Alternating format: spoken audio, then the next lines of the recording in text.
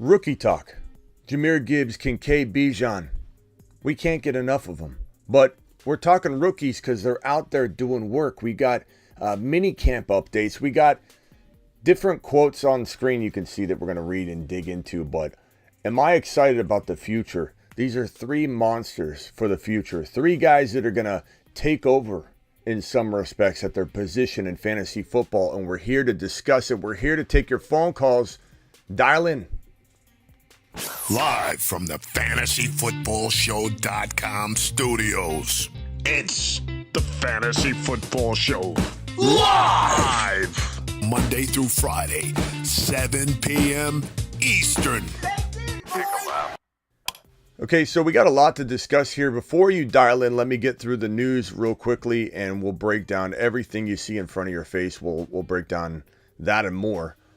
So the Fantasy Football Show begins right now, and we've got some news, ladies and gentlemen. From the FantasyFootballShow.com news desk, here is your breaking news.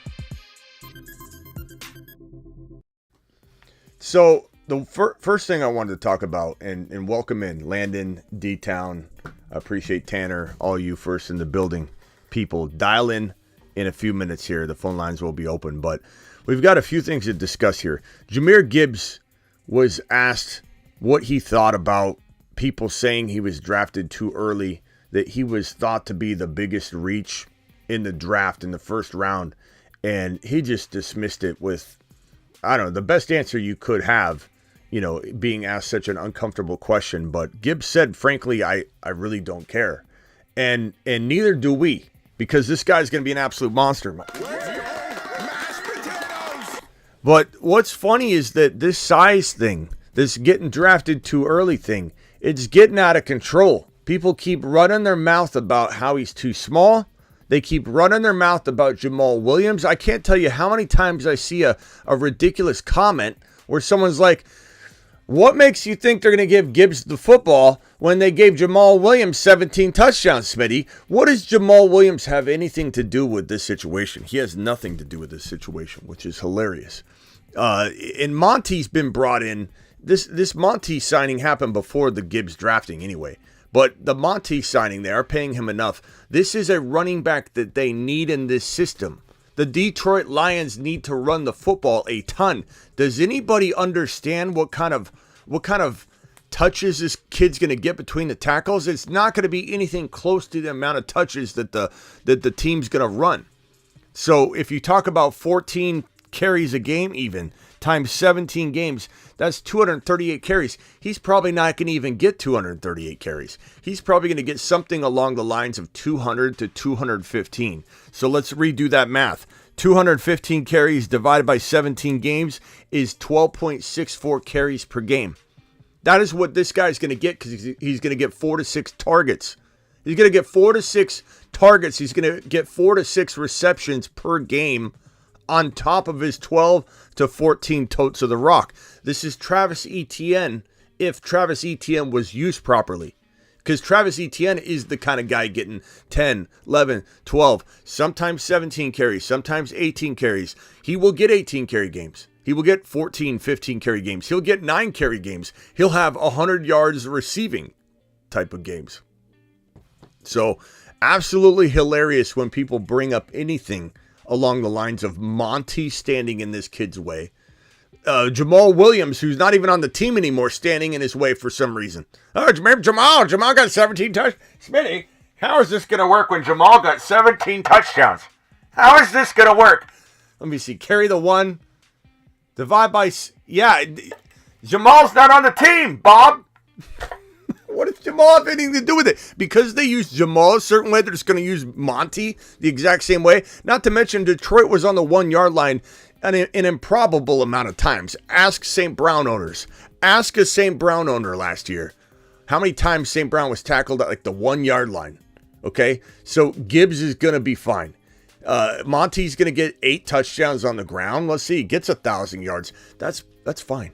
That's fine. Detroit's running the hell out of the ball. So absolutely love what this kid said today when asked, what are your thoughts on being a reach according to a lot of people at number 12 overall. I really don't care. And he was honest about it too. They said, did you hear about it? A lot of people like Trey Lance, bless his heart. Trey Lance, poor guy. Trey Lance needs to get the dog in him. Trey Lance has no dog in him, no fight in him. And if I have to say one reason why Trey Lance will fail, because he's being set up for failure. I hope he doesn't fail. I hope he doesn't fail. I hope he gets a fair shot. But he's being set up for failure. But Trey Lance has no fight in him. When you talk to him, it's all smiles and this and just pleasant everything. And when he's asked a question like, hey, what do you think about the negativity? Oh, I don't partake in the reading of the local papers. And you guys know I love Trey Lance, so I'm not ripping on him as a person, but he needs to find the dog inside him, or he's not going to make it through this on the other side and take the job from Brock Purdy, which he could do. And the same Gibbs, he's got a dog. He's got the dog in him. He's got the dog in him. I really don't care. When asked, hey, have you heard that you're a reach? Have you heard that Williams reaching for you in the draft? William, what is it? The Grim Reacher. You were part of the Grim Reaching in this draft at number 12 overall. Have you heard about that? You know what he could have said? He could have said what Trey Lance said. No, I don't read any of that. I don't pay attention. He said, yeah, I heard it. yeah, I heard it. What do you think about it? I really don't care. I love it. Smitty approved. You've just been Smitty approved. He has that dog in him. Trey needs to talk to this man about how to deal with the media and how to go after and get what's his. Because Trey could do it. But I don't know if Trey's got the dog in him. I don't think so. You know who's got the dog in him? This guy right here, Kincaid. This guy is a dog. Okay, so Kincaid said, no, this was from Dan Orlovsky on ESPN when he broke down Kincaid. And I really liked the way he talked about this kid. And we've been saying all this all along, so this is not new to us. But when you start hearing more and more and more and more and more and more and more and more people getting on board, it's a little frustrating because the train, we're commanding this train. We're navigating this train. We're not letting anybody else on this train once we go past the station. When we circle back around and people try and get on the train, we're just going to wave to them. We're not slowing down. Anybody tries to get on, we're going to kick them off. No one's getting on this train. No one's getting on this train once we circle around and do our victory lap. Okay? And it's nice to see a lot of people getting on board, but, get in the back. Get in the back. I'm conducting this thing. Everybody else that's in this room right now is in the front car. And anybody else is going to get on a week from now, 2 weeks from now, or say, hey, in the comments, Kincaid might be used in the slot. No crap, Joe. No crap, Joe. We've been saying that for how long, Joe? And when we draft Kincaid in our redraft leagues, let alone our dynasty leagues, and we get him for value that's so far below what his ceiling value is, we're going to be able to celebrate in a massive fashion together. Got him.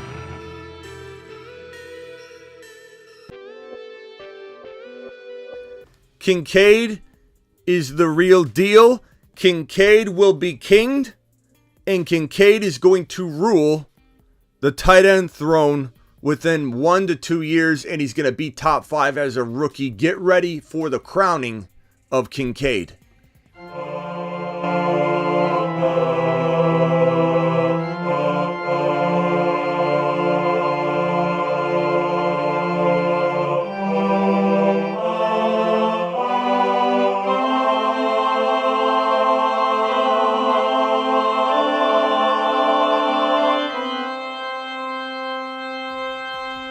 Ron is telling Trey to man up. Ron, appreciate that super chat, by the way. Ron says, Trey, stop being a baby. Basically is what Ron said. Stop being a baby and get out there and start, start taking control. Hey, Trey, have you heard about all the negative news? Oh no. Big grin, like such a nice kid. I like Trey, but you need to become a quarterback. Oh no. I don't subscribe to the paper, the local paper. I don't even go to the basketball games with my buddies. Like that, Trey needs to get out there. Trey needs to show his face. Trey needs to go take command. Trey needs to hang out with the boys. Trey needs to figure out how to become a dog, or it's not going to work. It's not going to work because Shanahan's setting him up for failure, and Trey's not playing that role right now. I'm sorry to be so critical of Trey today. When I see guys like Gibbs admit that they see the negativity, they're not scared or running from it. Have you seen people call you too early that the Lions reach for you? Yeah, I saw it. How'd you feel about that? I don't care. I really don't care. Go watch me play. Watch me play. I'm going to go out there and show you what I can do. Confidence. I am going to take the league by storm. Watch me do it. Trey's not saying that. Trey should say, I'm going to go out there. I love Brock Purdy. I love my teammates. I know they support him. I'm going to go take Purdy's job. If the job has been given to Purdy, I am going to go physically remove it from his kung fu grip. These are the attitudes you need. Okay, these guys on screen have those kinds of attitudes. Kincaid, look at him. Kincaid doesn't smile. Kincaid doesn't smile. Look how serious he's taking all of this during the entire live stream. He's not cracking a grin. He's here for business. Kincaid, by Dan Orlovsky, Kincaid is basically 4 players in one. And I love this breakdown because this is going to allow, and as they broke down on NFL Live, they said that they're going to use a lot of 1 running back, 2 tight end sets now, where Kincaid's the wide receiver and Knox is the blocker. And whenever there's a blocking assignment, you can bet that Knox is probably going to be that guy because he doesn't come with blocking experience. And one might say, well, this is bad, Smitty. Very casual might come in and say, Smitty, why aren't we scared of Dawson Knox because he knows how to block and Kincaid doesn't? No, it's actually the exact opposite, casual Caleb. The exact opposite is that this kid isn't going to be asked to block. He's going to be asked to be a slot wide receiver. I'm telling you, there will be conversations. I don't know if this will happen, but I'm telling you right now, there will be conversations about Kincaid getting dual position eligibility as a wide receiver and a tight end. And if it's not coming from me, creating this movement of trying to get it, put in place, others will be as well. And they're going to pretend like they just thought of it. We've been talking about it for a while now. Kincaid is going to play wide receiver. Kincaid may eventually show up in a conversation or two, or actually on your league management app and software as a position eligible player in 2 different positions, in wide receiver and tight end, which is not as crafty as having a wide receiver become a tight end or a quarterback become a tight end and all those different variations. This one's a little less useful, but it's a nice utility player to have that you can throw all around your lineup. He is 4 players in one. He's a wide receiver. He's a tight end. He can play all over the field. He can play all over the field, and Kincaid is going to be an absolute monster. Top 5 tight end as a rookie. Top 1 to 5 tight end. Top 1 to 3 tight end of the future. What am I saying? Garrett comes in here and says, when is the last time a rookie tight end was top 5? Well, I mean, Kyle Pitts had a 1,000-yard season. I'm not sure where he finished exactly, but this is a situation. Think about Kyle Pitts for a second. Where did Kyle Pitts go? Atlanta. Who was throwing him the football? He didn't have a quarterback like Josh Allen. When's the last time a generational tight end talent? And you can say that he's not generational if you want, but everyone's calling this tight end class generational, and he is the top ranked tight end. Him and Mayer were very close, but his landing spot is elite. There is no better landing spot, Garrett, than Buffalo for a tight end who's going to gobble up and consume touchdowns all day long, even when he's not even prepared, ready, or fully matured into his eventual self. It's going to be a top 1 to 3 capable skill set tight end. This guy will stumble and fall into 7, 8 touchdowns as a rookie without even knowing where he needs to be on the field, dropping footballs, learning the game, learning his assignments, learning how to play multiple positions, which is going to be some rocky road for him. He's going to drop some footballs. He's going to run wrong routes. He's not going to do the right thing all the time. And he'll walk out of and exit 2023 with somehow, some way, force-fed 7, 8 touchdowns as a rookie. So, Garrett, it's a good question. And I certainly appreciate your super chat. And I always appreciate you. But tell me a tight end that came from a generational group that was the number one tight end of that group. The said group that is supposed to be the best tight end group over the last decade. The number one ranked tight end before the draft goes to the number one spot you could possibly think up. And tell me that we might not have the outlier you're suggesting may not happen, right? You're saying this might not happen because when does it happen? Things are made to be done for the first time, my guy. And Kincaid is going to get Kincaided. You're going to get Kincaided. We're all going to get Kincaided in 2023. You've just been Smitty approved. Doesn't matter what's happened in the past. The past doesn't matter. What matters is what's in front of you. And there are some times where we use statistical data to try and say, hey, let's navigate this and say the odds are very strongly against it. But my point, Garrett, is you can't calculate the odds on this because the variables are not the same. Your boy, back when I got my psych degree, we would do experiments all the time. And when you do an experiment in psychology or any field, really, you have to have a bunch of controls, Garrett, in order to test out and predict what's going to happen. In this case, the variables are all over the map. You have a guy that's projected as one of the best tight ends to come out of college in a long time, in a tight end class that's supposed to be this generational class, and he's the number one. So you have the profile, you have the pedigree, you have the skill set embedded in this kid that's coming out of college, and you have a situation. You can't look at other situations and say this is the same. So you can't run your little experiment, Garrett. Not on my watch. Get Kincaided. You've just been Smitty approved. Okay, so that's that. Now we're on to Bijan Robinson. And if you look at this little beauty down here, Bijan Robinson said, head coach, and I watched this interview too, which is nice. Bijan just commands a room. He's so articulate. He's so confident. He's so likable. He's so you trust him. You know he fits the mold and the role. He is the perfect player in terms of his responses, his attitude towards the media, his confidence. He reminds me a lot of Jalen Hurts in that. Jalen Hurts is so great in front of the media. He's so great in front of his teammates. He's so confident, and you trust him, and you'll go to war for him, and you'll put your trust in him. You'll put the game on the line immediately, and you'll say, Bijan, the game is on the line. The ball is in your hands, and you trust him. This guy fits the mold. This is the mold. This is the mold. This is the next elite LaDainian Tomlinson type running back, and just hearing him speak, he's so confident and so articulate and so.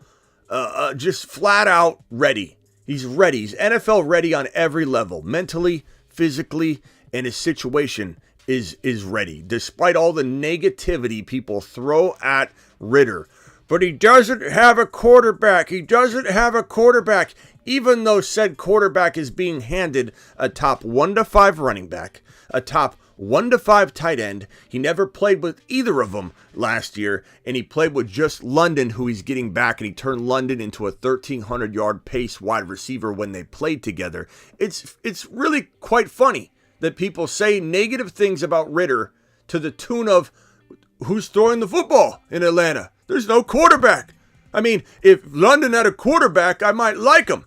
Let's give Ridder a little bit of wiggle room to say, hey, Ridder, you're getting handed a top 5 running back. Oh, on top of that, Ridder, you're getting a top 5 tight end. And Ridder, you're getting your potential 6 to 10 wide receiver back, who is also young and growing and maturing, and now walks into his sophomore year a whole lot more mature and better. People act like London wasn't maybe holding Ridder back at times as he learned. Does anybody stop to think about that for one moment?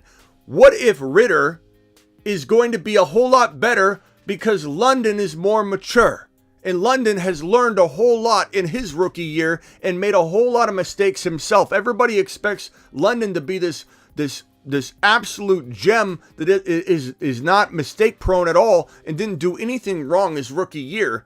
This guy's being handed a sophomore wide receiver that's a 6 to 10 wide receiver, you could call him a top 3 tight end in Kyle Pitts, and you can rip on Kyle Pitts all you want and ignore his rookie year, when he had the best rookie year in fantasy football history, in NFL history, Kyle Pitts statistically was the best tight end to ever play as a rookie, his rookie season. He got injured last year. That's not his fault. They didn't target him. Mariota sucked and only ran the ball and very rarely ever threw the football to Kyle Pitts. It wasn't Kyle Pitts' fault. And then he got injured. Then when Ritter got in there, Kyle Pitts was not there. And everybody just absolutely acts like, this is something that Kyle Pitts can't rebound from. He's absolute garbage. He busted. Give me a break. Bijan said today that head coach Arthur Smith uses me everywhere, from receiver to running back, when asked about where he'd lined up in minicamp. This guy, we talked about him playing slot wide receiver a lot, not a little. And a lot of people say this, and they're justified in saying it. Like, this does go around the league a lot, and it never really comes to full fruition.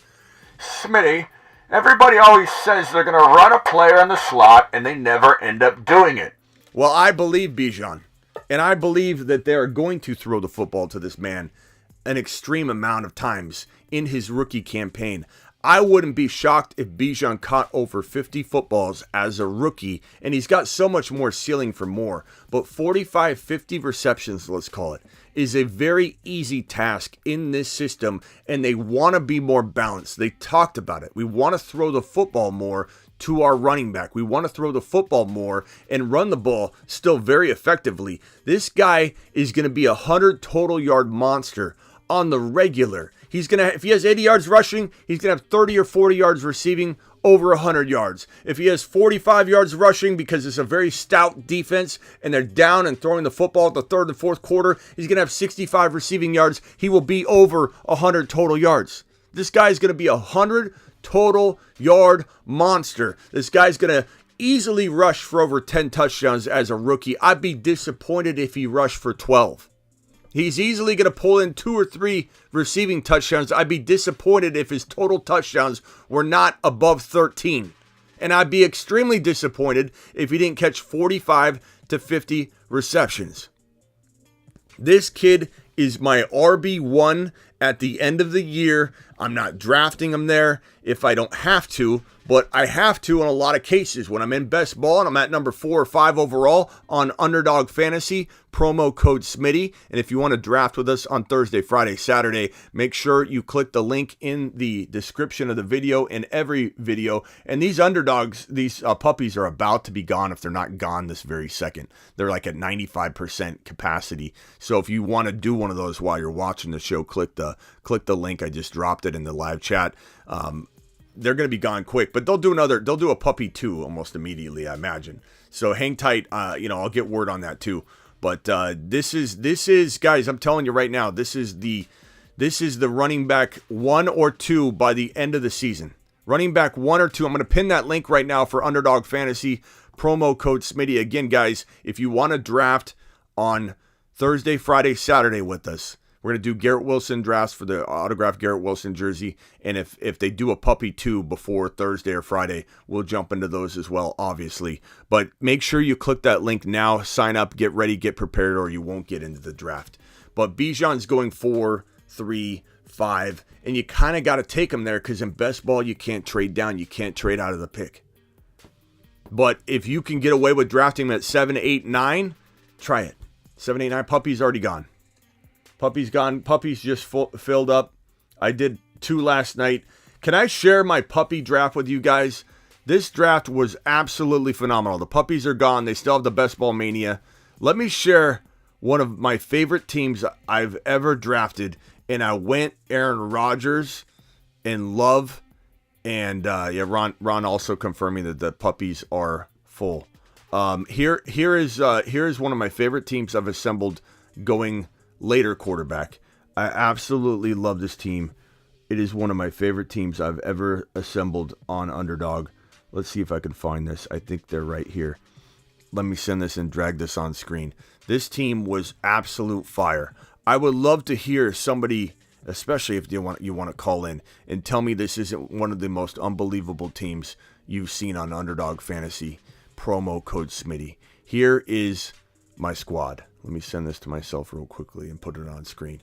Yeah, puppies are full. Puppies are full, but the puppy 2 will be out probably before Thursday, but we'll see. I'll keep you informed on that. So I went Aaron Rodgers, Jordan Love. Let's see. Let me get the more updated version. Yeah, here we go. Here's the team. So I started off going Bijan. I got the number 7 pick, I believe. I believe that's where I got him. I'll tell you where I drafted him. And so I got Bijan. I took number 4. I'm sorry. The number 4 overall pick. I took Bijan at number 4. Then I took Olave, I believe. Let's see. I took Olave at 21 overall. And then I had to grab Watson early. I grabbed Watson at 28. I grabbed Drake London at 45. I then grabbed DeAndre Swift at 52. This team's fire.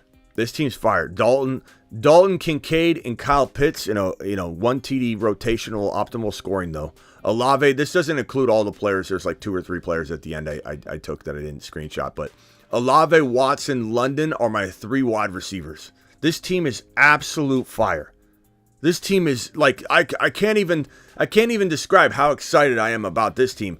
Ron and I drafted 2 of our favorite. He drafted a team he loved. I drafted this team I love. There's a team I drafted before this that I love too.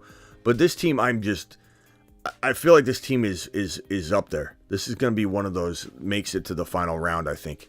Because to have George Pickens as my 4th wide receiver, Mingo, Dell, and again, I got 2 or 3 other receivers. I just didn't screenshot them before I brought this on. Aaron Rodgers, Jordan Love, Bryce Young, Bijan, DeAndre Swift, Charbonnet, Chase Brown.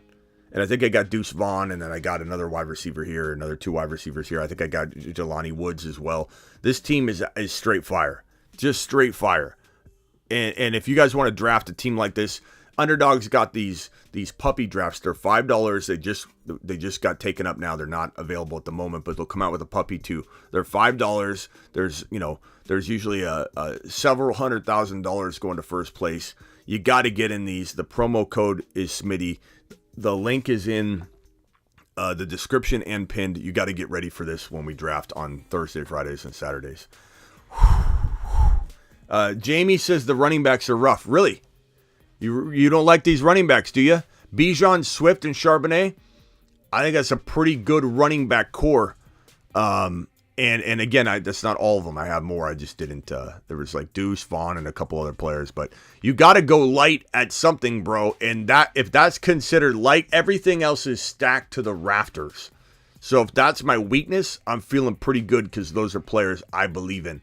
But yeah, I don't think those running backs are weak at all. I think those running backs are crafty. Absolutely crafty.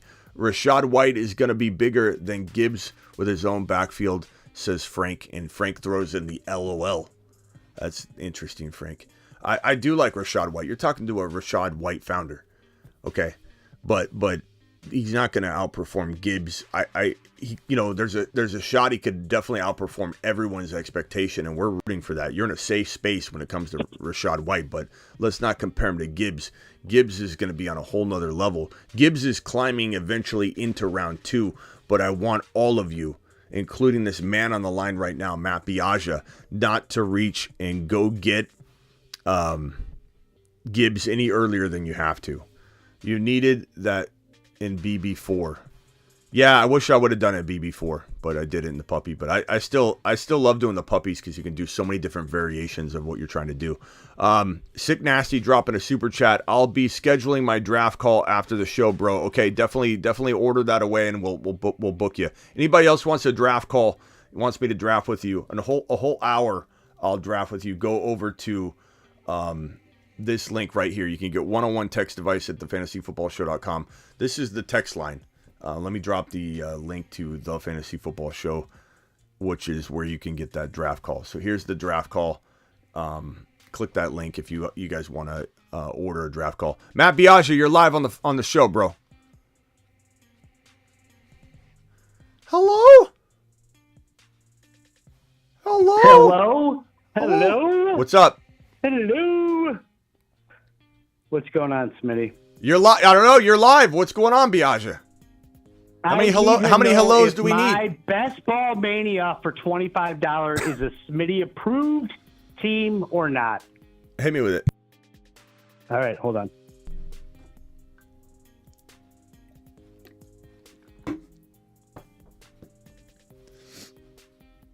Man, Bijan, you need to. All right. Finish him. These are my.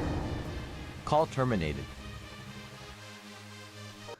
Bijan, you got to be more ready than that. You can't. This is important real estate here. We could be running a prime ad right now while you're fumbling around for your $5 puppy draft roster, or probably a probably a mock draft. This is probably a mock draft, Bijan. Bijan, get your stuff together. What do you got? Hit me with it. I'm ready. Okay. Quarterback: Jalen Hurts, Jordan Love, Desmond. The guy from the Falcons. Desmond, you don't even know his name. You drafted him. Ritter. Yeah, I mean, Desmond Ritter. Who does? You've got the Ritter. It's like a disease when you have Ritter. Okay, go ahead. Hurts. I'm just saying, you know what? Nick Chubb, he made Baker Mayfield pretty good because he was a pretty damn good running back on a side note. Okay. Running backs, Bijan. Come on, stay focused. Bijan Robinson. Jahmyr Gibbs. I drafted him 38.4 in that round. DeAndre Swift, Cam Akers, Kenneth Gainwell. Wide receivers: Christian Watson, Terry McLaurin, Jameson Williams, Jonathan Mingo, Adam Thielen, Wan'Dale Robinson, Robert Woods. Tight ends: Njoku, Kincaid, Hill. I like it. All right, give it to me. I like it, bro. I like it a lot. I think that, so I'm not being critical of this at all. This is a great team. This is a great team. Bijan, Gibbs, Swift, love it. Watson, McLaurin, J-Mo, Hurts, love it. Kincaid, I walk away and be extremely happy. Once you keep trying it, the crazy part is out of like 10, and I'm not saying everybody should go do 10 if you can't afford to do, I'm just saying, like, me personally, when I'm doing this approach, it's the one moment where this turns into like one player that shouldn't have fallen that you get right here in this McLaurin spot. I'm not saying McLaurin's not great, but that's when you're like, holy crap, I just drafted the perfect team. Like, it takes a certain number. You got to find the right draft spot. The guy's got to fall. And it's like, this is close to the perfect team. I like it. I'm just saying there is room for maybe getting that one player that should not be there. An Olave somehow, Gibbs falls too far or whatever. Excellent team. I'd say definitely an 8 out of 10. 8 out of 10. Smitty approved. Yeah, definitely Smitty approved.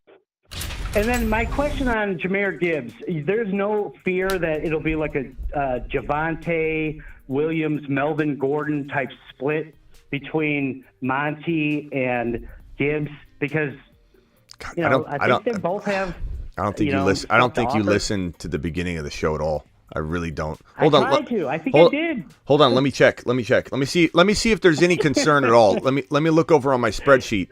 Is there any concern?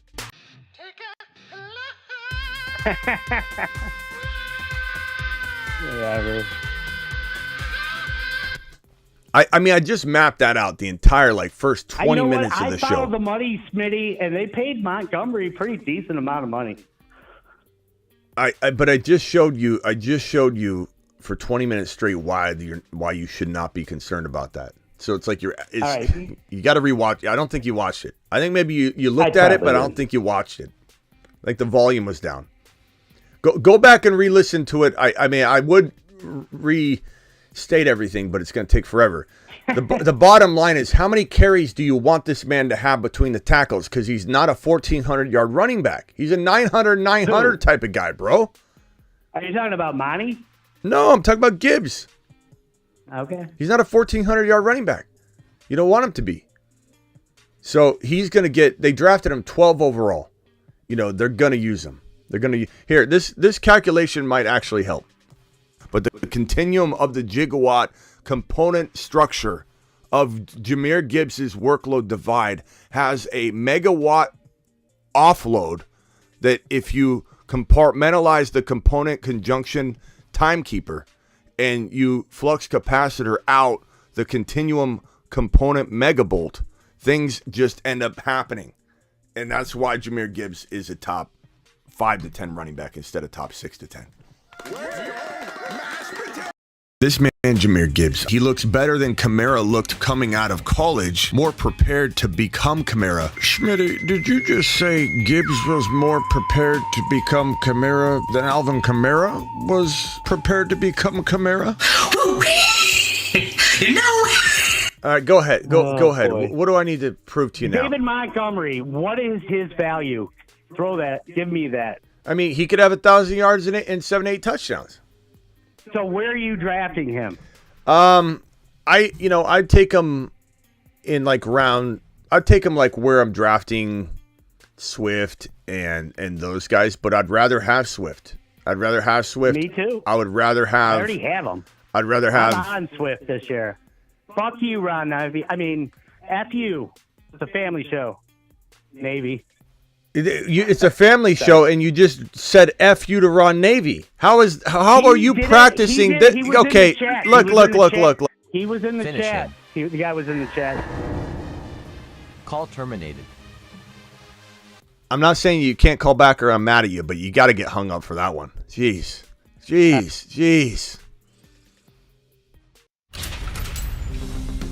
You've just been Smitty disapproved. That was, even if Ron Navy did that, I'd hang up on Ron Navy for saying that to you, Matt Biaggia. But goodness gracious, bro. You say it, and then you say it's a family show. Like, what is going on? Yeah, talk about contradiction. First of all, what was he even talking about? Just Ron Navy's super chat that said minus Swift and Woods? Is that why he said that? Is that why he told Ron to go... I'm trying. What's up? Let's speak to the man himself. Ron, what did you say to him? I love Matt. Matt, that was awesome. You got me busted. But what did you say to him? But on the same token, and I say this to you, and I say this to Smitty, your teams will fail because of Swift. Okay, thanks, Ron. Bottom line. Ron, we got it. Keep loving them. We got it, Ron. Keep loving them. We got it, Ron. Ron the mom. Ron the mom. I move into the next round. Repetitive on it. We got it. Hey, Ron, do you like Swift? Every time it's like a new conversation, Ron. Oh, I don't like Swift. Hey, Ron. I'm trying to train y'all. Stay off the Swift. He's only a disappointment. Get the new Swift. Good. Thanks, Ron. Y'all keep like thinking he's gonna like come into the superhero thing or something, but he doesn't. You just, Ron, I mean, you're predicting injury because you can't say he doesn't have the talent. So it's about injury, right? And you can't say that the Eagles are going to use him the same way the Lions misused him, and they didn't want him. That wasn't their guy. They didn't want him. You were completely honest. I'm not honest. That's a bad word. If you were completely looking into his stats, look at his usage. He's only in Detroit, Ron. That's in Detroit. You're bringing Detroit. You're bringing Detroit into the conversation. Like that's what everybody does. He's had several different coaches, and his usage has not gone up on any of those coaches. Ron, you literally can if you want. You can if you want to, but it's not a good argument. You can do whatever you want, but it's not a good argument to suggest that Swift's usage. That Swift's usage from the past you can translate into your argument as to why he's not getting the football in Philly.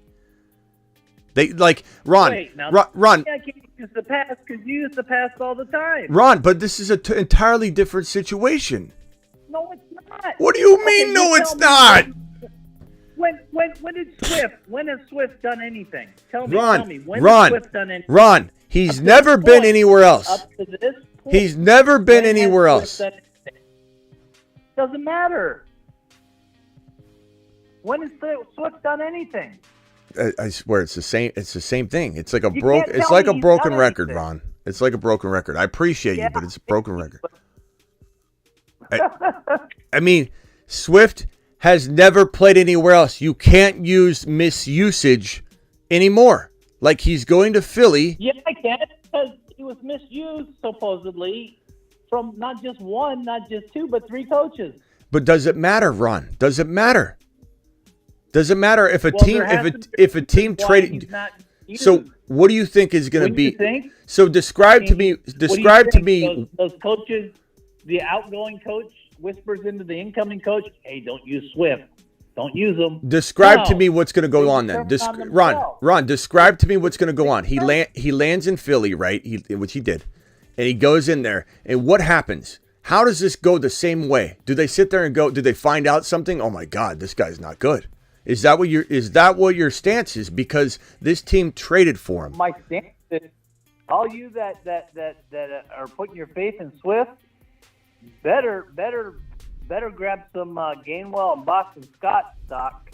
the cuff master, Penny and Swift the stack master together. Come on. It's the truth. I'm always speaking the truth. It's not the truth. It's not the truth until it plays out, Ron. But number two, it's just so funny. It's so funny.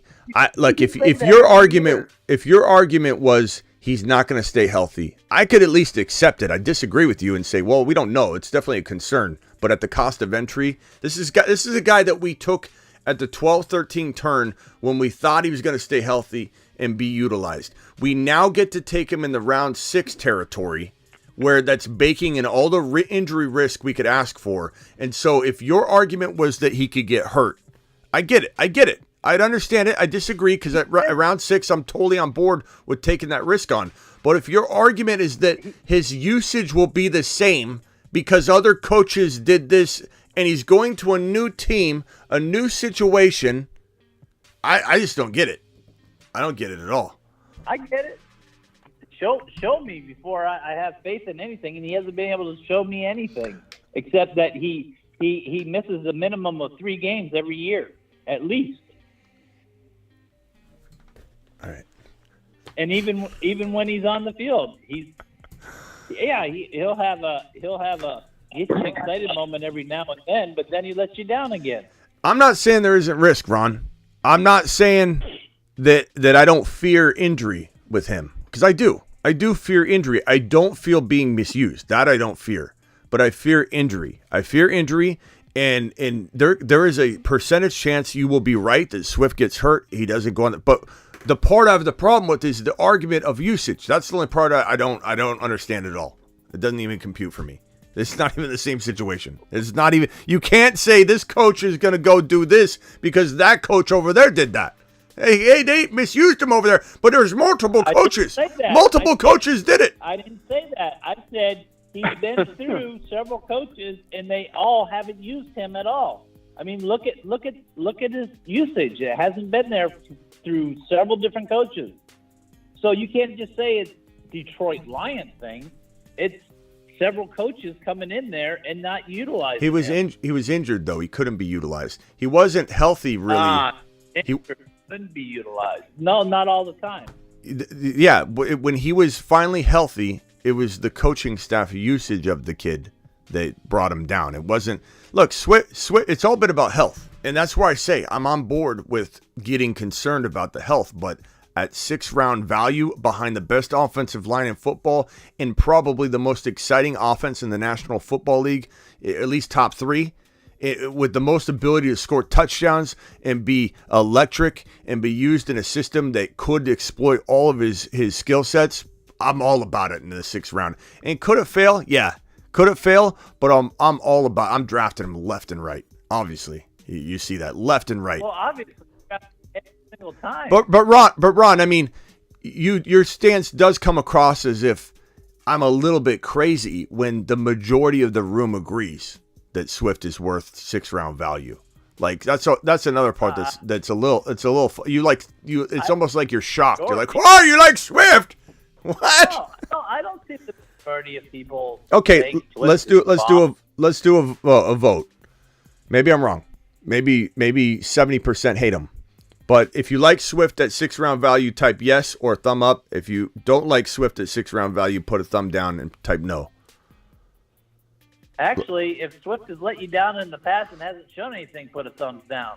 If Swift screwed you, No, Ron, they're already voting. You can't change what the vote's about, or you're not gonna be able to know what they're voting on. So, well, I mean, you put it out there. You stipulate language that you want to. Ron, you can't even do the vote. The vote.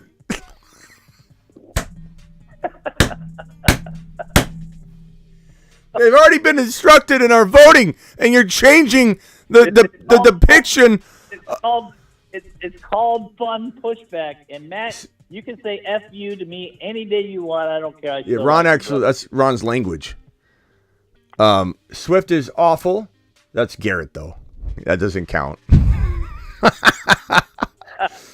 George, so we got a no, a thumb up, a thumb up, a thumb down, a heart, a thumb up, a no, a thumb up, a sideways thumb, a pointing by Silver. I don't know what that means. Maybe in the middle. Yes.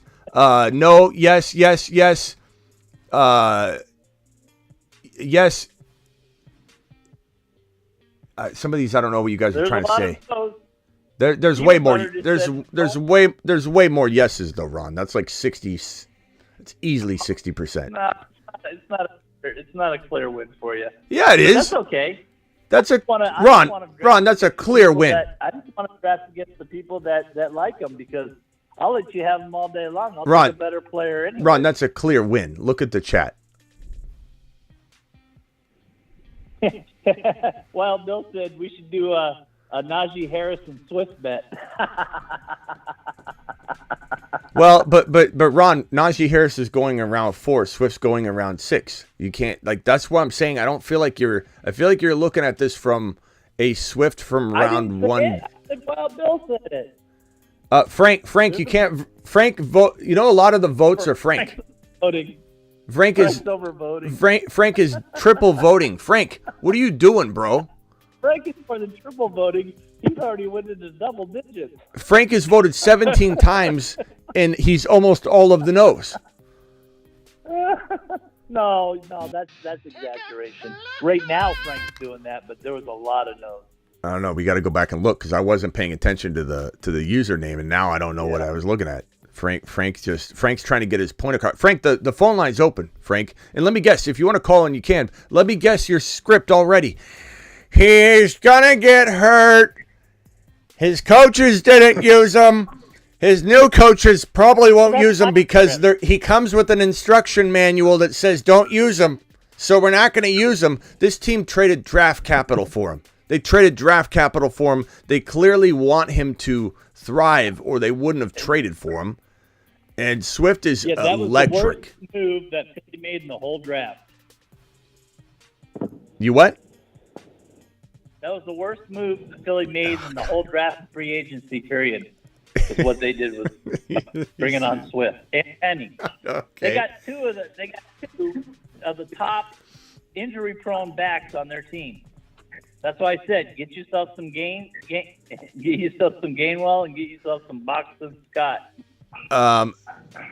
Let's see. Overcome $10 hauler moonshot. Appreciate the $10 hauler. Overcome says took Pitts mid-4th last year and it completely destroyed me in my favorite QB 1, 2 wide receiver, 2 running back, 1 tight end, 1 flex. With tight end being so valuable, should I reach for Kelsey or Andrews this season?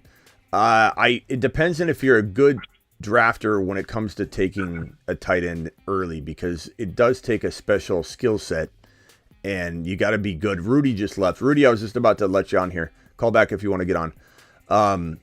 Smitty, show your number. You're covering up number. Hold on 1 second. And so Kelsey, if you're good at drafting a tight end early and you have experience with it, go ahead and potentially explore it. You know, like in a best ball, try a couple different versions. But if this is your one league like you're describing here, I don't know I would go down that road personally because there are so many tight ends that I like Kincaid, like Kmet, like Darren Waller falling sometimes into like the 6th round range, 7th round. Like he's been at 5, 6, 7. It just kind of depends.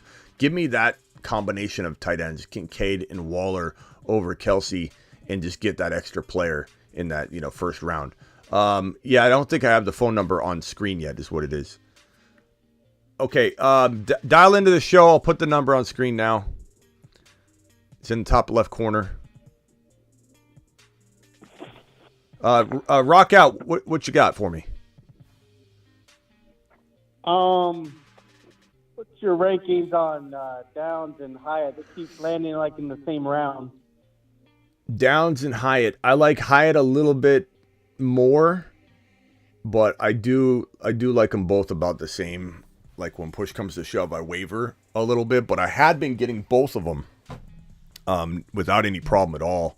Now it's a little bit tougher, I've noticed, but the puppy drafts are over now, so who knows what the ADP is going to be from the jump. All right, Bijan, you're on the line, but you got to watch your mouth, bro. No more of that, or you're gonna get blocked. But I appreciate it. Go ahead. My question, this is going to be a little rough, but I want to know your thoughts on taking the knowledge of Smitty and going into another contender, draft and using that, because that's exactly what Peanut Butter did.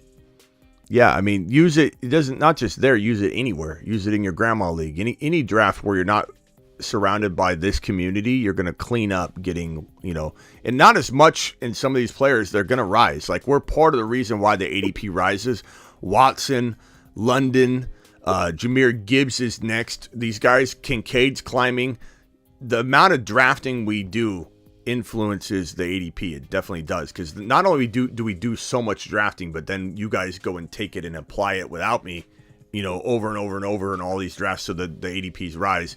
But like, you're going to be able to take care of, so many of your drafts by getting Gibbs in round 4, getting Watson and London somehow with the 4-5. London's been climbing back up. I think that's a lot to do with our drafting, to be honest.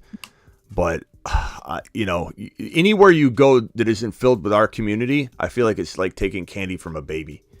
And I think we would have seen so much of that on a massive scale last year had Breece Hall and Javonte stayed healthy. And that was a big part of why in our community a lot of people had comebacks, and a lot of people had Walker pulling weight on injured teams that had injured Breece Halls and Javonte Williams. It was a shame that two of the biggest predictions on the site suffered ACL injuries. It was like the two only big major ACL tears too, so it was just horrible luck. But I feel like I felt similar last year when we were getting Breece Hall, Javonte, Kenneth Walker, Dameon Pierce, St. Brown, Josh Allen. I'm sorry, not Josh Allen. Jalen Hurts and Joe Burrow. Like, we were cleaning up. We had so many picks land. Tony Pollard, so many picks landed. So many of our breakouts landed. This year feels better than last year. Jahmyr Gibbs in round 4 feels like highway robbery.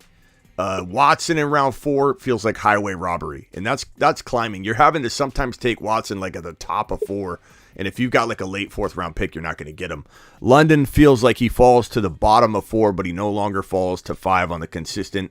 But keep in mind, the puppy 2s will come out. They'll start off with puppy 1 ADP is my guess. And then the ADPs will transform a little bit. So maybe some of these guys fall. But yeah, go exploit it, bro. Go exploit any community. But that isn't ours. You're gonna be able to draft like taking candy from a baby, bro. All right, hang on, Bijan. How many? Oh, okay. Yeah, hang tight real quickly. 706 caller. Who am I talking to? You're live. This is Bama. What's up, Bama? Hey, what's going on? Hey, I just wanted to. I love listening to y'all. I'm a new listener, probably about 2 weeks now, and Ron Navy, y'all cracking me up. But I think what Ron Navy was talking about is the same thing I'm feeling. I got a little bit of Swift on my underdog fantasies, but I'm always wondering about his injury, and I think that plays into what the usage is, as far as they want to keep him for the full year, so they cut his usage back. I think he's got the talent, but will they unleash him? Because if they unleash him, I don't think he can hold up for a full season. So I think that's where the usage is coming in at. Yeah, I think that the concern here is you either view it one way or the other way. You either view it the way you're viewing it, that's the way Ron views it, or you view it like even when he was healthy and ready, they didn't use him. They just didn't use him. He wasn't their guy. They didn't want him in there. He was healthy, ready to go. They said they wanted to limit him. The Philadelphia Eagles aren't going to share the same view on him. He's not just coming with a set of instructions. They traded for him for a reason. They didn't trade for him to have a limited time player that the way the Detroit Lions were using him. They wouldn't have given up draft capital to go get a guy they were going to use in limited fashion. Should he be getting? Smith, Yeah. Let me ask you a question real quick. If you had a nice car, you picked the car, but it had a bad engine in it, it gave you problems. Are you going to take that out there to the race and race it, even though you know it's got the power, you know it's going to do it? Or are you just going to drive it around and look nice because it may give up on you going down the straightaway? And again, I think that. Yeah, and I hear you. And again, coming from your and Ron Navy's approach, that's the way you guys are going to see it. The people that believe in Swift, they're scared about the injury concern. I mean, any running back's an injury risk, but we are worried about DeAndre Swift not holding up. But his situation was upgraded tremendously. He is now in a position to be the number one running back in the most prolific offense in the National Football League and behind the best offensive line. And you either believe he won't be getting Alvin Kamara-esque starter workload. We're not talking about between the tackles 22 times a game. Same thing with Gibbs. Gibbs can't get 25 carries a game. He needs to get 13, 12, 14. Swift needs to get 12, 13, 14 carries a game. No more than that. And that's he can hold up on that if he's able to last in the NFL. If he's not able to last in the NFL, then he will fizzle away and die. And that's the type of fear that even DeAndre Swift believers have. But that's the only fear we have. The difference between everybody else that doubts him and everybody else that believes in him, that's willing to invest in the injury risk at the cost of entry, is that everyone thinks that it's going to be the same usage carried over, that there's some set of instructions. If I was trading for DeAndre Swift and I was the Philadelphia Eagles and I was told, or I knew, or I thought that he couldn't be used that much, that he would be like the car you described, why would I trade for him? Why would I trade for him? I wouldn't trade for him and put him in the number one running back role.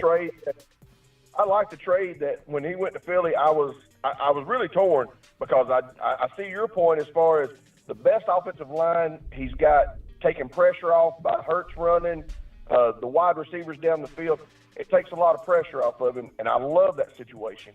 But there again, if I'm a coach, which I've coached a little football, middle school, little league, but if I know a kid's got injury risk, I'm not going to shoulder him, and I think that's where the coaching staff has come from. But I mean, I see it both ways. Like I said, but that's an assumption. Love the situation he's in, and I think he can do it.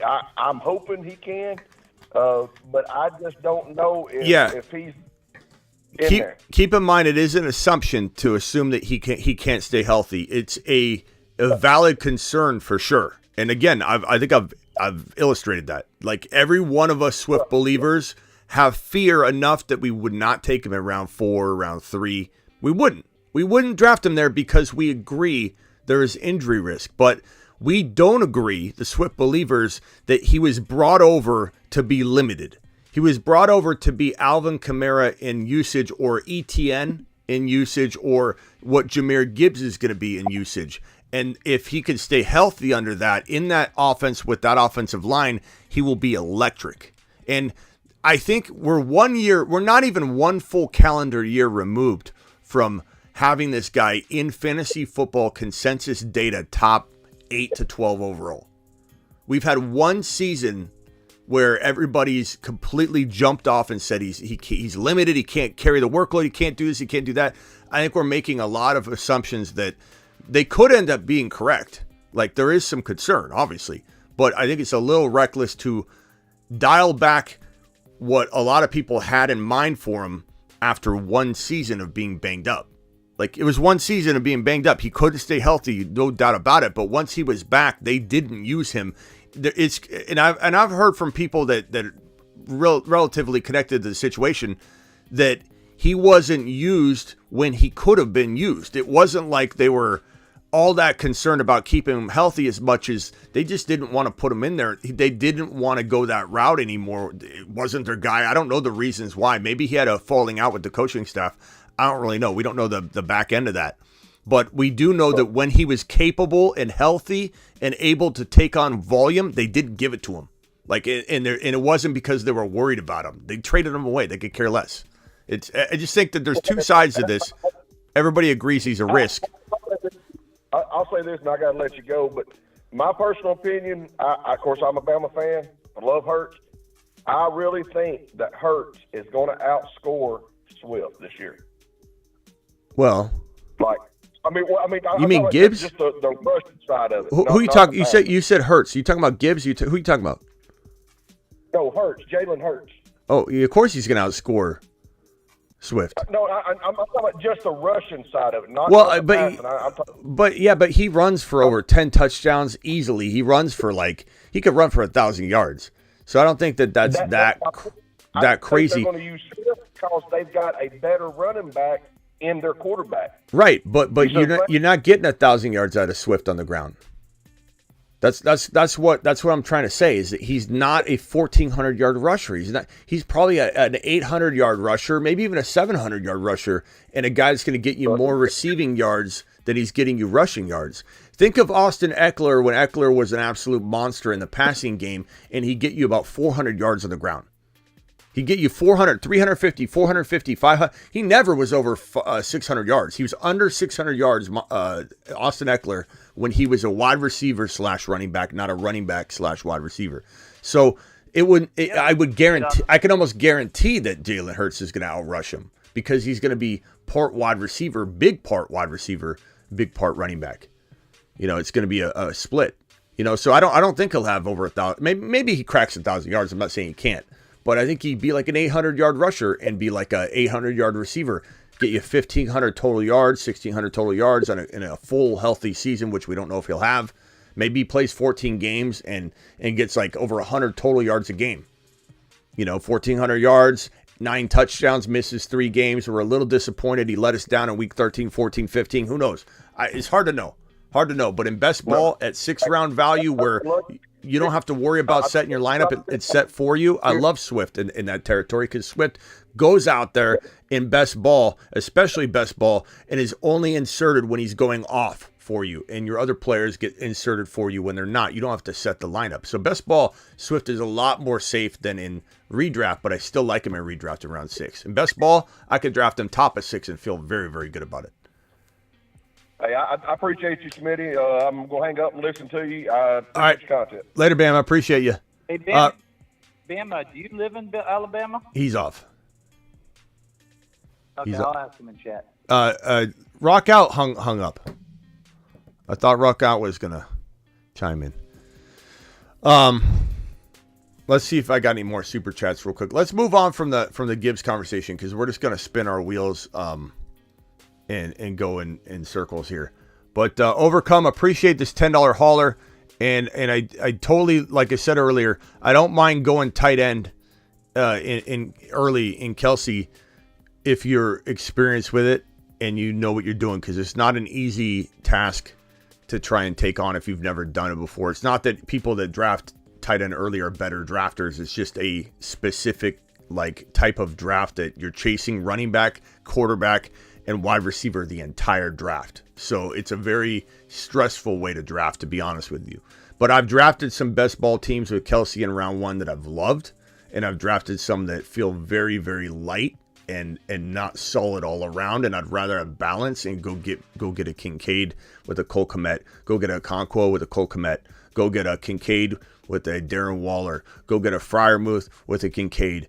Even getting a Kyle Pitts in round 6 sometimes with a Kincaid is still feeling like an early tight end approach that I got lucky and got an early tight end in the middle round. So I'd just rather go that direction. I know you went Pitts last year and you don't want to go that route, but you also spent a very high pick on him. So you could just go Kincaid and Kmet later, and then you're not going to feel this way if it doesn't work out or you're rotating tight ends. The problem with Pitts last year when he wasn't used and then he got hurt is that you felt obligated to use him and you didn't have a rotation going on, even if you had a decent backup, because you felt like, I got to put Kyle Pitts in there. I drafted him in the 4th round. So, if you go 2 tight ends later and they rotate, you're not going to feel bad about that. You're going to play the guy you feel is going to be better that week and not just resort to putting Pitts in each week, hoping he turns it around. But I don't know. It just depends, bro. Call in if you got more questions on this, but I appreciate the super chat. This news right here, Ron, I know you were actually talking about this earlier. Gibson, Commanders head coach. I was just gonna ask about that. Commanders head coach Ron Rivera said he'd like to get Gibson more touches in 2023. This one's tough because the ADP is great. He's practically free. So why not? I'm totally on board trying this out. But Gibson, we've heard this before. Gibson has had trouble staying healthy. He has no college track record whatsoever. So what I was talking about in an earlier show, when I don't think you were there, Ron, is that never again will I trust a running back. And this is hard not to trust him. He was drafted by the different team then, but Commanders. Were they the Redskins back then, or were they the football team? They might have been the Redskins. So they drafted Gibson, and everybody kind of thought, okay, this is a good prospect, but no one really knew what to expect. And he blew up his rookie year. He had a phenomenal rookie year. And the whole question was in the fantasy community was like, okay, he has no track record. This never pans out. It never pans out. You never find a running back, because the running back's a special position. It's not like a quarterback that rises up that no one sees coming, or a wide receiver that kind of just develops. And wide receiver a little bit too is hard for this to happen. But literally running back, you can't become an elite NFL running back without some sort of track record in college, because it's so hard to be a proven running back and to hold up as a running back. You almost have to be trained and sculpted for that position. It's such a brutal position. There's really almost zero chance of a guy just stepping into the running back role and becoming a workhorse running back and having longevity in the NFL. It's hard enough to do it, period, but to do it without the pedigree and the track record. And Gibbs had what was I think I have it on screen to pull up here. But Gibbs had it's crazy low numbers in college. It was 20. I want to say it was 28 receptions and 38 carries or something like that. He had 38 carries in college, and he had 20 something receptions, and that was it. That's the only track record he came into the NFL with. But the problem was he looked so good. What? He had 46. He had 46 receptions last year. I know he did, but I think they're going to use him more as a receiving type of back than they're going to use him, and then they'll use Robinson as they're in between the tackles back. His biggest problem for me, remember I was off of him last year, totally off of him last year, kind of like I am with Swift. I was off of him too last year, which is amazing. You like Gibson, but not Swift. I'm just saying that right now. The correlation. Gibson, but they don't have the same injury concern. Gibson's biggest problem with me is he can't hold on to the freaking ball. He fumbles all the time. So if he can learn to hold on to that ball, I think he has pretty good value. Yeah, I mean, he is going in around 9-10. So Garrett, I always read your super chats. What are you talking about? I just missed this one. My $50 prediction. He's saying what it will be is the team at the bottom 10%. That team bottom 10% of the tourney. The team that I have, my team will be in the bottom 10% of the tourney. Okay, thank you, Garrett. Appreciate your negative super chat if that's what you're talking about. But I always read your super chats, Garrett. I always read them. But anyway, what I was gonna say is that the tricky part about Gibson was that he had such a good rookie year that it was let's buy into it this one time. He's got to work out. He's looked so good. This is just a diamond in the rough. Maybe this is going to be one of those things that never happens ever again. But Gibson had no college track record, comes in, and the concern I have it's not about whether he got receptions in the past or whether he's capable of it. The question would be health. Can he hold up as a running back that can stay on the field? And I don't know. I'm not saying I don't like the opportunity at his ADP. His ADP is practically free. So if I'm sitting there and I have no RBs, yeah, I don't mind adding. I'm a guy that can maybe get 30, 40 receptions in a disastrous scenario for him. Yeah, that's not bad at all. I just don't know that he's going to become, anything more than that. Like a guy that like you're excited about during a couple weeks, and he ends up delivering some decent production. Saw the video title of the video and wanted your thoughts about LaPorta. Is he the same discussion as Kincaid, or will Detroit misuse him? I have a video on LaPorta and Kincaid that was just a couple videos back. So Steven, make sure you go and watch that. But we like LaPorta here. We like LaPorta a lot. LaPorta is going to be used a ton. He's got a lot of upside to be maybe a top 7 to 8 tight end of the future. He's got a lot of upside to be inconsistently dancing in the top, 5 to 7 tight ends as a rookie, because Jameson Williams, the way I look at LaPorta is Jameson Williams being out for the first 6 games will put LaPorta on a track to get a bunch of volume that he normally wouldn't get. And while that could be dialed back a little bit once JMO gets back in the lineup, it'll almost put LaPorta's feet to the fire, and he'll start learning quicker. And by the time JMO comes back, he'll be much further along than he should be. He'll be matured. He'll be fast tracked, as I always call it. He'll be very, very much fast tracked by the force feeding of targets because of JMO being out. So I think JMO being out is a very, very good thing for LaPorta, and LaPorta is going to be a very sneaky play for the first 6 weeks of the season, and then we'll just see what happens. And I think what will happen is he'll be very mature for a player that's only played 6 games. So I like him a lot, but I do like Kincaid a lot more, but I still like both of them. But thank you for the super chat. I love LaPorta, and I think at the combine he was the smoothest tight end out there. He was really smooth in all the drills. He was smoother than any of the other tight ends. Yeah, he looks good. I like LaPorta. Wild Bill, you're live. Hey, brother, I just wanted to tell you that your that draft that you pulled up that you did. Mm-hmm. I think we're almost this. I almost have the same draft, except I have Jahmyr Chase instead of Bijan Robinson. Jahmyr Chase instead of Bijan. Oh, this draft, yeah. So, who do you have at running back then? Breece Hall. Okay. Yeah, that's a good combination. I like it. I mean, these wide receivers are crazy. Olave, Watson, London, Pickens. I think I'm really excited about this team. But it's funny. We had I got Rodgers, Love, and Young. Nice. Then I had Paul, Walker, Charbonnet, White, Brown, Vaughn. Then I had Chase, Olave, London, Mingo, Dell, nice. Downs. All right, we got it. Wild Bill. It's a great team. What do you? And then I got Kincaid and Woods. Yeah, that's good, bro. That's good. That's a good team. I love Breece Hall this year. I think Breece Hall and Bijan, that's not a bad swap out to get. Who was the wide receiver you didn't have of mine? Was it Olave? No, I didn't have. Yeah, I didn't have Bijan. Right, and Olave, right? Yeah, I have Olave. Okay. Yeah, good squad, bro. I just have Jahmyr Chase. I have Jahmyr Chase because I was like at the number 1 or whatever it was. Nice job, man. And then obviously Bijan gets taken after that, so that's fine.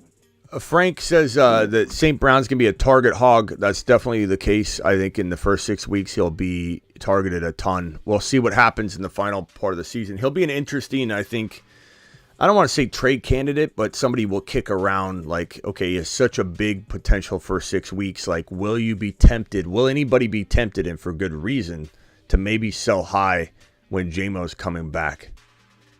So, we'll see. We'll see what that looks like.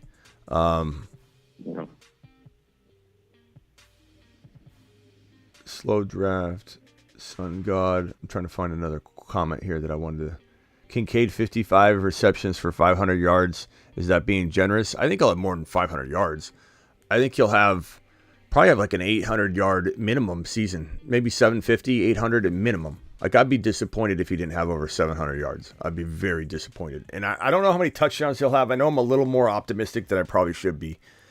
I can at least admit that. I'm real excited about Kincaid, but I think he trips and falls into 7-8 touchdowns. I really do. I think if he had a 700-yard season, I'd be disappointed, but obviously happy. That's a good season, but as a rookie. But I think he could, as a slot wide receiver in this offense with this quarterback, with this opportunity to grab slot wide receiver, targets, and to be the team's number 2 wide receiver pass catcher.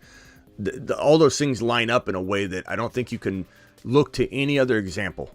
You just can't. You can't look to any other example because no one had Josh Allen. No one had the slot wide receiver tight end route that he has to get on the field more. And nobody has this wide open wide receiver to roll in one of the most pass-heavy offenses in the National Football League led by Josh Allen. It's just so many things at once that say to me, like, if there's going to be a guy that's going to completely blow away the expectation and break the mold for a tight end, and not that it'll be repeated really, because all those things got to line up. I think it's Kincaid, mainly because he's going to be like a wide receiver. Like, that's the big difference here. He's not, the tight end position doesn't translate quickly at the NFL level. That's why I always say, and I said all offseason long, that don't expect everything from these rookie tight ends. There has to be unusual situations for them to rise up and become huge playmakers as rookies. And both LaPorta and Kincaid were handed unusual situations. LaPorta has got no wide receiver 2. At least, Marvin Jones is there, whatever.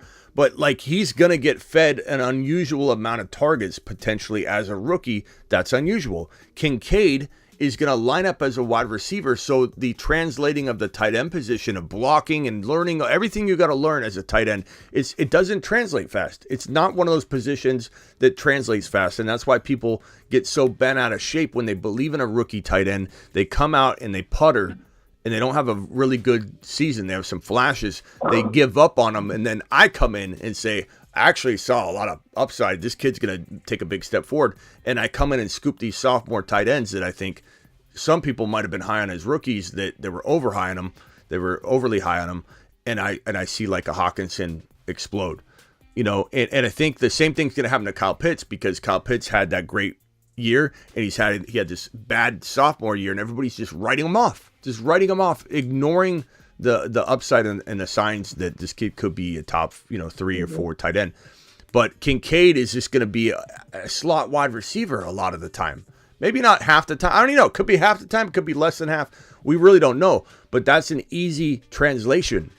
So this is different. We can't look at tight ends and say it doesn't translate quick, because he's going to play wide receiver. Wide receivers can translate really quickly. So it's going to be crazy, man. I'm so excited for Kincaid. I think the hype's going to get crazy, though. Like, right now, he's going... Ron, where was he going before the best balls closed? Where was Kincaid falling? It was right around... I want to say... I can pull up an Where ADP. was he? Where was his ADP? Before? Right before they closed.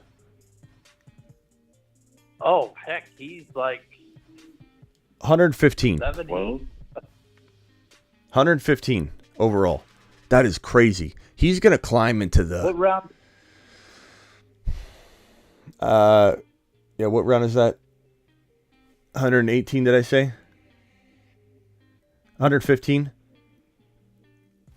Yeah, I'm looking where he went in my last one.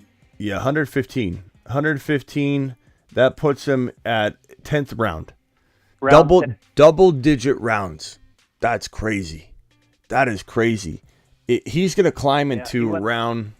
He's going to climb at least 2 rounds minimum. And I wouldn't be surprised if he climbed higher than that and people are like, do we even take him anymore?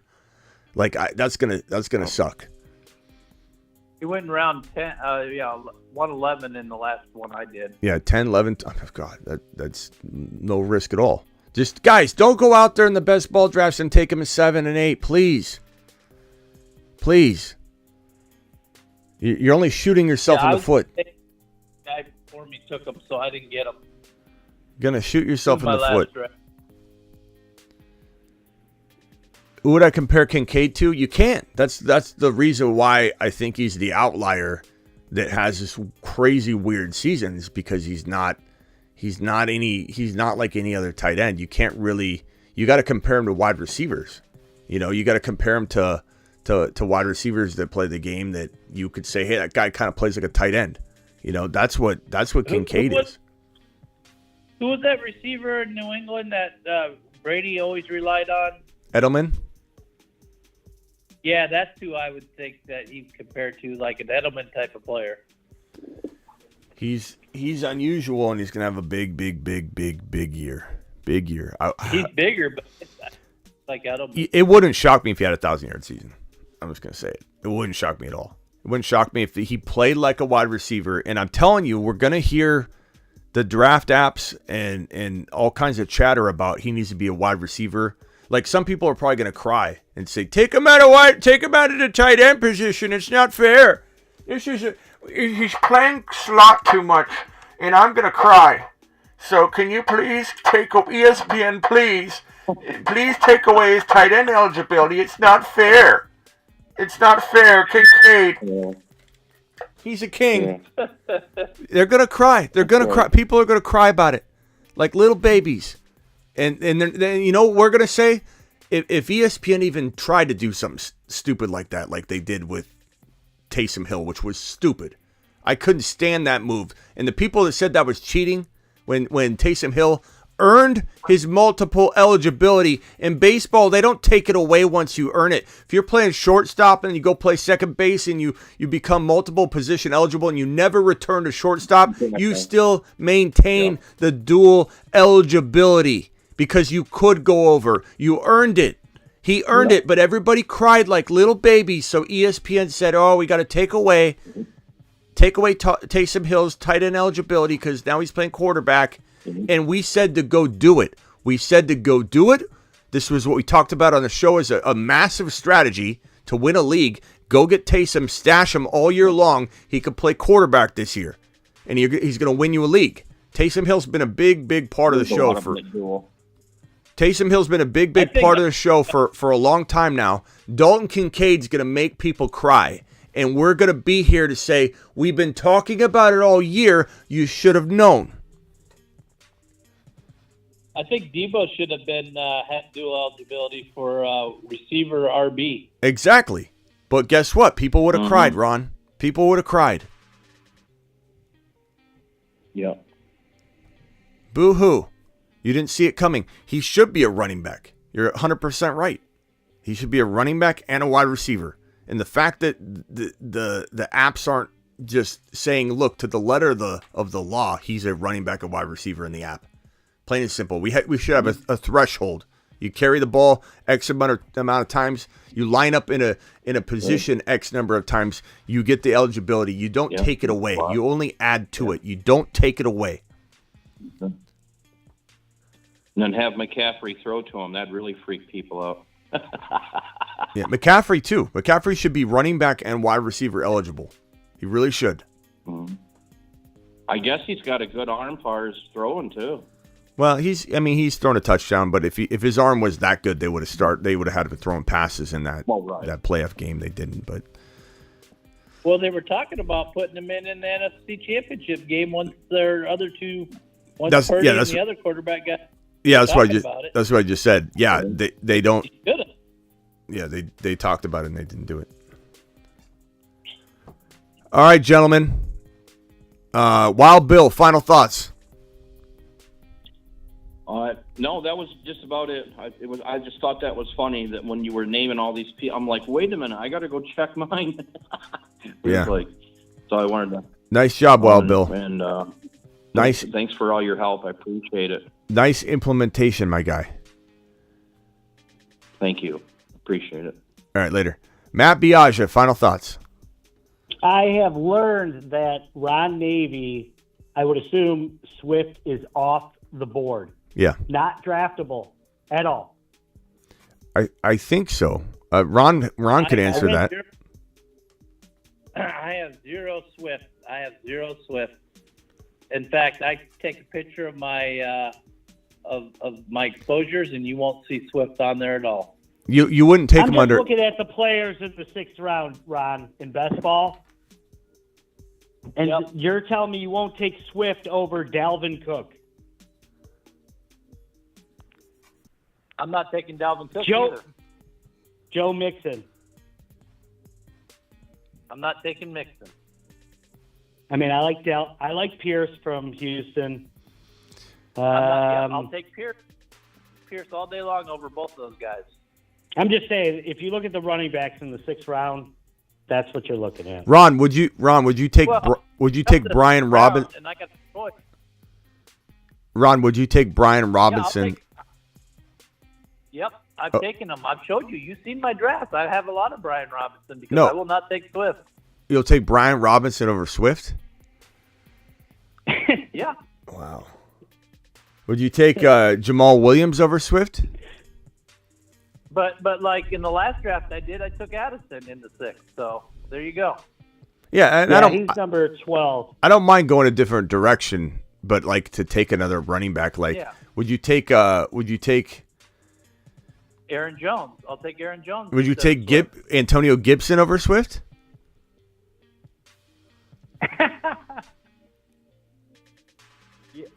I'm not touching Swift. Yeah, I probably would, knowing that I use him more. Yeah, I probably would because Gibson is more durable than Swift. You say he has injury. Ron, he has fumbleitis. Swift is going as the 11th pick in the 6th round right now, just so you know. I don't care. I don't care. He can go in the 6th, 7th, 8th, 9th, 10th. I'm not getting him. He's off the board. Guy's off the board. You heard it here. Lover. He has been scorned from Swift. He has. You can't blame him. I wasn't good with Swift last year. I'm not good with Swift this year. I haven't been good with Swift. I made it well known. So I don't understand what people are in such love with him at any level because he hasn't proven I think I'm in love with where I'm getting him. That's what I'm in love with, Ron. Yeah, but he's almost a 7th rounder. You know, I can go take a poop and have it in my hands and be in love with it. Doesn't mean it's going to do anything for me. I think you just described Antonio Gibson. No, I just described Swift. All right, hey. You were big on Gibby last year. You were huge on Gibby last year. I don't know if I was huge on Gibby last year. Yeah, you were. Go back and check it out. Yes, you were. You were like huge on Gibby last year, and I wasn't. But this year, I'm kind of like. I wouldn't say huge on him. I'd say there was some potential, for sure. No, you were way over. There was a back and forth. I remember specifically there was a back and forth on it based on the news. There was some stuff there was some injuries and some things where we jumped off of the Gibbs. You might be thinking about the year prior. The year prior was almost as much about Gibby last year as I gave you about Swift. You might be thinking the year prior. I was totally off of them. Yeah. I haven't even been here a year. Well, no, but you might be thinking about like the talk that we've talked about on the year prior or something. But I wasn't huge on Gibson last year. I was lukewarm on him at times, and there was times where we were excited about his potential or something. But he ended up getting hurt or something happened, and we soured on him. I know you don't have a lot of time, but I'm going to go back last year. I'm going to find the videos where you were huge on him. But you can't. But again, Ron, you're not listening to what I'm saying. You're going to find those videos, but there are times where we've gone back and forth on him because of the news and what was going on. I remember specifically, Gibby had there was some news. I forget what it was. I think it was injury. And I'm talking prior to the season starting. When I know, and I'm telling you, Ron, there were times where I was high on him. Views change as the season goes on. You could find it. You could find it, but it doesn't mean that it didn't change. I'm just stating that prior to the NFL season starting, you were big on Gibby. I wasn't huge on him, though. The way you're describing is like he was a guy that I thought was going to absolutely win leagues. He was a guy that there was some upside for sure. But Gibson, I was more high on Gibson the year prior. You know, we were real excited about him. No, the year prior, that's when he had this big league. So when we went into the offseason last year, when you were big on him because of his previous year. Yeah, that was what it was, Frake. The special teams, he's working at special teams. Then B. Robinson drafting. Yeah, the B. Robinson draft, drafting, and the special teams report tanked his value, and we weren't huge on him at that point. We were like, okay, there's still some potentially, some value, but this was not a big prediction on the show, man. Gibson was not like we weren't rocking Gibson. It was like, the drafting of Brian Robinson, the special teams being demoted to special teams, all that stuff put a damper on Gibson. We weren't rocking into the season liking Gibson. There was a point in the offseason, I do remember, where we thought he could be pretty good.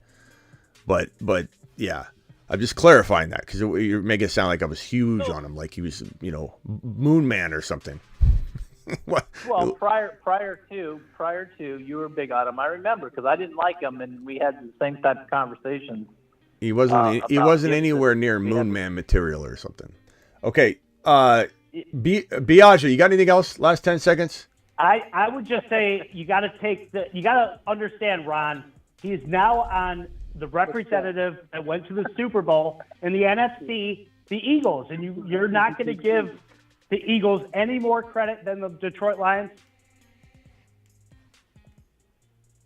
It's not about the Eagles. It's about the guy. It's about he's so injury prone. No. All right, you guys, I've had enough of the I've had enough of the Swift circles. I'm hoping you all come at me. You all come at me and say, Ron, eat your words or whatever. Don't use the F words. Many don't like that. But just the way you use it too. I hope you all come at me and rub my face in it. But I don't like Swift.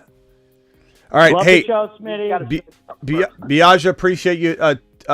Terrell, what's up, my guy? You got it. We're closing down here, but go ahead. You got 20, 30 seconds, whatever you got. Yeah, I just got a question. It's been a while since I've been on the show. Appreciate you. And I'm just wondering who Kincaid is, man. I keep seeing Kincaid pop up. I need a tutorial on Kincaid. Kincaid, I mean, I don't want to go. I'm going to beat a dead horse on that, Terrell. So you just got to rewatch. I got multiple Kincaid videos, and if you just rewatch this show, I go on like just give me a couple things on Kincaid. Slot wide receiver. He's playing slot wide receiver. He's catching footballs from Josh Allen, and he's going to play. Cup? You what? Mr. Kincaid Cup, Cooper Cup. He's like Cooper. I mean, you could. There's some comparables to like how this kid's going to be used in the slot, running all over the field. Absolutely. But will he be Cooper Kupp? No. But will he be one of the best tight ends? He's tight end eligible, and he's going out there and doing, even a fraction of what Cooper Kupp does. Yeah, he's going to be a monster. He's going to be a monster. You'll enjoy it. And we just mapped out his ADPs in the 10th, 11th round. 10th, 11th round. You could pair a Cole Kmet with him. You could put a Conquo with him. You could definitely secure him so you're not really worried about him. And if he becomes what we say he's going to become, you're living large. And if it's not, you lost a 10th or 11th round pick. Who cares? He's a backup. All right. And one more question. Is Ingram still with Jacksonville? Ingram is God, where is Ingram actually still on the roster? Let me look. Yeah, I thought so. Didn't they resign? I'm pretty sure. Yeah, he still is. Yeah, he was on injured reserve last year, and that's the latest there's been on him. He was on injured reserve. He's on the roster, still on IR, according to the roster depth charts everywhere. So no one really knows what his. But I wouldn't worry. I mean, he's not someone I would roster at all. I mean, you got Jamal Williams and Kendre Miller ahead of him. So is he on the roster at all? Mid-season? I don't think so. It's they got even if Kamara was suspended, they've got Jamal, they've got Kendre Miller, they've got a whole bunch of other players, and then they've got Taysom Hill, who's probably going to run a little bit. So I don't. Ingram's not worth rostering. Tight end, not the running back. You what? I thought he said Ingram. I appreciate it. I thought he meant the tight end for Jacksonville, not the running back for the Saints. I did. I meant the tight end for Jacksonville. Oh, I'm sorry. It's like, why are we talking about Ingram? Yeah, He just- Evan he just Ingram, of kept course. Yeah, recognizing me. Evan Ingram, they re-signed him. All right. Well, I like him this year. Yeah, I mean, he's top 5, 6, 7 tight end material. You can match him with a Kincaid. The reason I thought you meant Mark Ingram is because I don't know. I guess I didn't picture someone saying, is Evan Ingram still on his? Ingram, man. Yeah, I was like, not for long. yeah, of course Evan Ingram's still on the team. That's why I thought you meant Mark Ingram, because you're talking about somebody that might not be on a team. I'm like, well, it's not. No, Evan it's Ingram. all right. It's getting late. Yeah. All right, Terrell. Appreciate you, man. All right, later. Later, pal. All right, Ron. Final thoughts. Aside from this, let's go a different direction. No, I can't. The puppy 2 should be the last year. It was the big one, the 200,000, the top prize. So look out for that. And yeah, it's been fun. It's been fun hashing back and forth. Appreciate it. I don't know. And I'm hoping. Great. Yeah. That's okay. I'm hoping the puppy 2 gets launched really quickly, and I think it will, because they're just losing. They're just losing potential money just by not having it up. So I imagine they're going to be like, let's launch the puppy 2. They push those puppies out quick. Yeah, so just a few days, and it'll be up. Yeah, the only reason they wouldn't is because they're approaching some sort of deadline, like the NFL draft. They can't push another, tournament out, and if they'll be fine. The Best Ball Manias are only like 10% full. What are we like? 89 days, 88 days until the opening Yeah, season. So there'll be 4 puppies. A lot of puppies. There'll be 4 total puppies. So the thing I like about the puppies being what? I don't know if they're going to put out another super flex like they did last year. They did that the super flex last year also. I don't know if they're going to do that. Yeah, they should do them side by side though. There were 4 puppies last year. Yeah. All right, Ron. I'll see you later. I probably won't be live tonight, guys. Later, Ron. I probably won't be live tonight, guys, because I'm gonna Mondays and Wednesdays I usually don't do an additional graveyard shift after the 7 p.m. show. But the cool part about the puppies is that I love that they end them and then they start a new one, because you kind of lock in, like for example, Kincaid in the 10th round. It would suck if the puppy was just one big puppy and all the preseason advantage you got in Kincaid, that no one's like seeing, and then they like self-correct, and then you got to compete with people that believe in Kincaid. So it's like great to have it close out and have it compartmentalized, and puppy 1's done. Puppy 1's done. No one can draft this team that I threw up on here.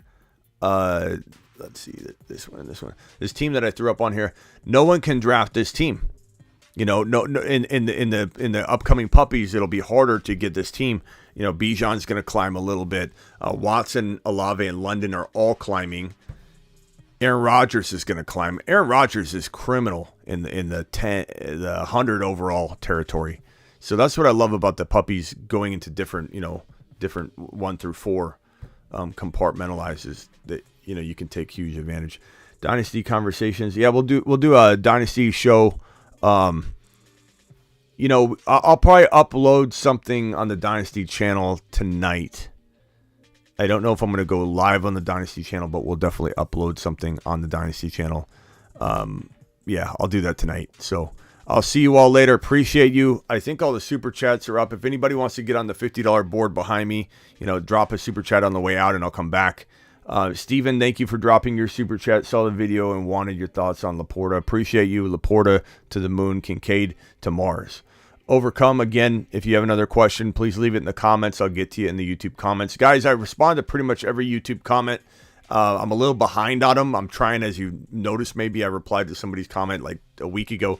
I'm going back and trying to answer everybody's question. It will get to a point where I could only get to like 75% of the questions, but that will be later on. Right now, I think I can answer almost 100% or 95% of all the questions that are immediate, not like days and days later on a video, but anything asked within the first 24 to 48 hours of a new video dropping, and this being one of them. This will drop with 0 comments.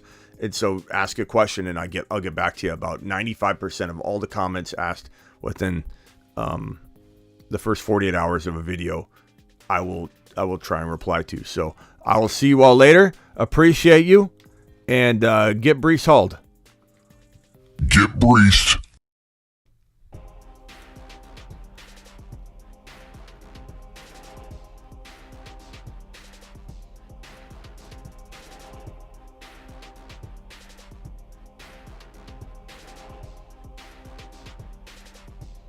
Later, Golf. Appreciate you. Later, Peanut Butter. Later, Ron Navy. Later, JCIM.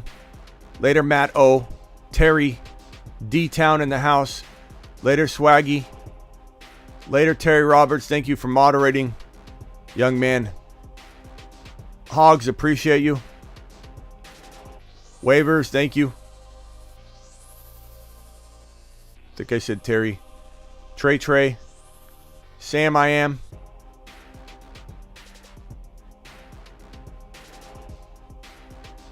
Ethan trying to take credit for Kincaid. Nice try, Ethan. Ron Navy dropping a $20 hauler. Ron Navy, appreciate you.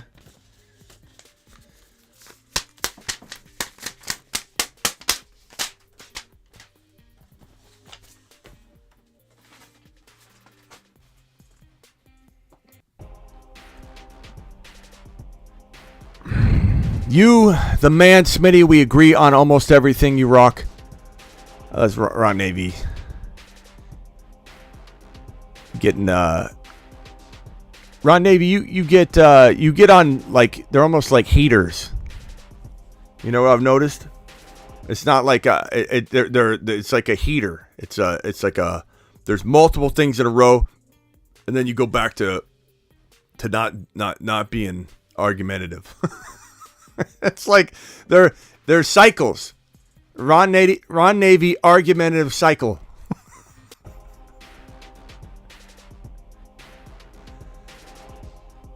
Gonna rewatch the stream since I just came in. Thank you, Sam. Appreciate you. Terry.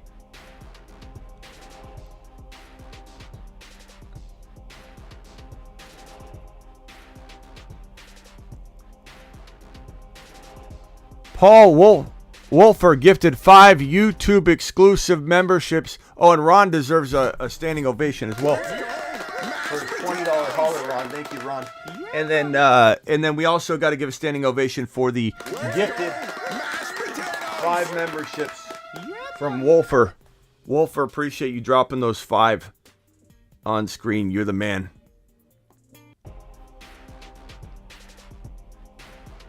Wolfer in the house.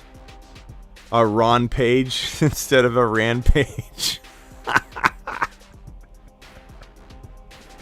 He's going on a Ron page.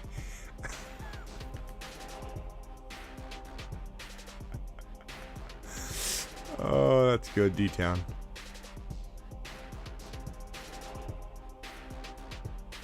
Jimmy was gifted a membership. Kincaid is Jimmy Graham.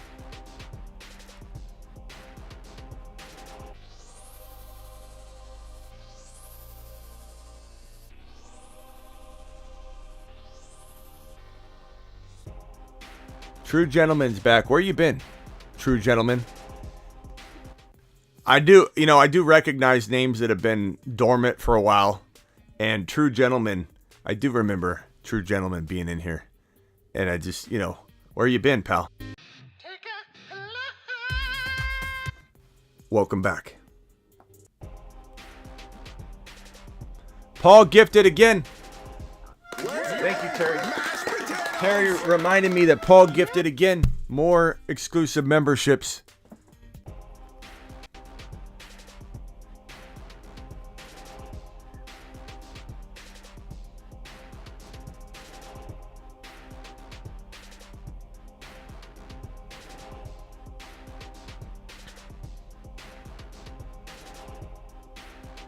Hey, buddy. How's it going? It's going good. This is Smitty. My phone wasn't working. Looky here, man. You want to come to work with me on Sundays? I wouldn't mind that at all. Let's go! Mashed potatoes!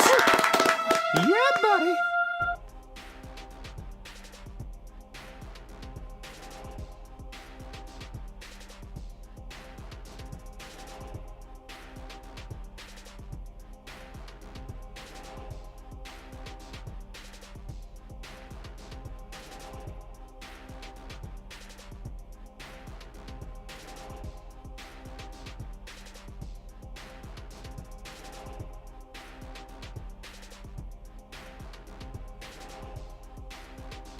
And the final screen, ladies and gentlemen, get burrowed. People are getting burrowed left and right, and people are going to remember it. Get burrowed.